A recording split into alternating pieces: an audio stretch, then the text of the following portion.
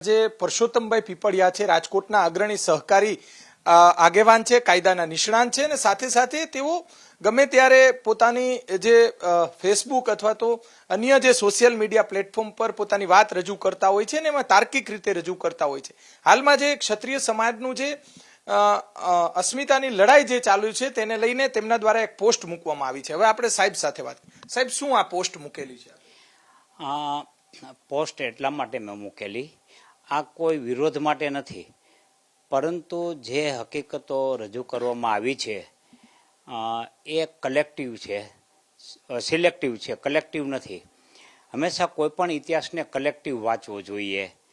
માત્ર સિલેક્ટિવ વાંચી અને એનું તારણ આપવું એ મારી દ્રષ્ટિએ યોગ્ય નથી. કલેક્ટિવ એ છે કે હજારો બહેનોએ, ક્ષત્રિય બહેનોએ જોહર કરેલ છે. મહારાણી પદ્માવતી છે એને પણ ઘણું બલિદાન આપેલ છે. એ સિવાય ક્ષત્રિય સમાજના અનેક રાજીઓએ બલિદાન આપેલ છે. આ બધાઈને સાથે મળીને જો કોમેન્ટ થઈ હોત તો મારી દ્રષ્ટિએ એને આપણે પ્રમાણિત કરી શકાય હોત અને એને જસ્ટિફાય કરી શકાય હોત. અહીંયા સિલેક્ટિવ કોમેન્ટ્સને લઈને જે કરેલ છે એનાથી વિવાદ વકરો છે. એટલે મારો જે બહેનોની લાગણી દુભાઈ છે એને મેં ટેકો જાહેર કરેલો છે.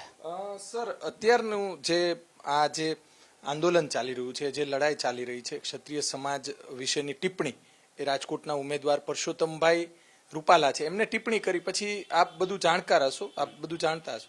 ત્યારબાદની જે આ આંદોલન ચાલ્યું એને આપ કઈ રીતે જુઓ છો? મારી દ્રષ્ટિએ બહેનોની લાગણી જે દુભાણી છે એ તદ્દન વ્યાજબી છે.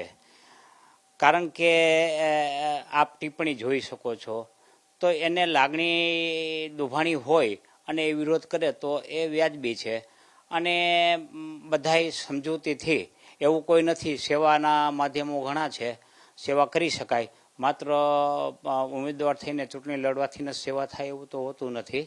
તો મારી દ્રષ્ટિએ રૂપાલાજીએ પણ સમાજના હિતમાં અને પક્ષના હિતમાં પોતે જ જાતે જ આ ચૂંટણી નહીં લડીને અન્ય કેટલા પણ ઉમેદવારો છે ભાજપના જ એને આગળ કરીને આ વિવાદને પૂરો કરવો જોઈએ. સાહેબ, જે રીતે વાત કરવામાં આવે, કાયદાને સારી રીતે જાણો છો, જે રીતે ક્ષત્રિય સમાજની બહેનો છે એમના દ્વારા એવું કહેવામાં આવ્યું કે 385 કરતા વધારે જો ઉમેદવારી થાય તો બેલેટ પેપરથી મતદાન થાય, એવી પણ એક વાત છે. આપ કઈ રીતે જુઓ છો?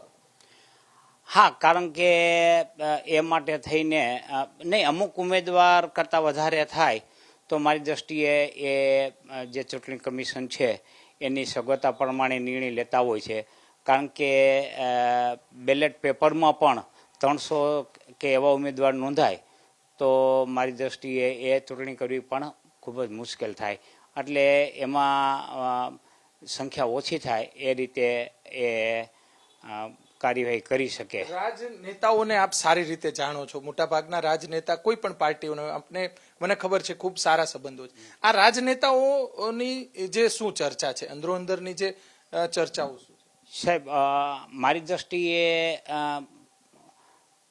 પરસોત્તમભાઈ રૂપાલાજીએ જે કોમેન્ટ કરી એ કોમેન્ટની એને માફી પણ માગી લીધી.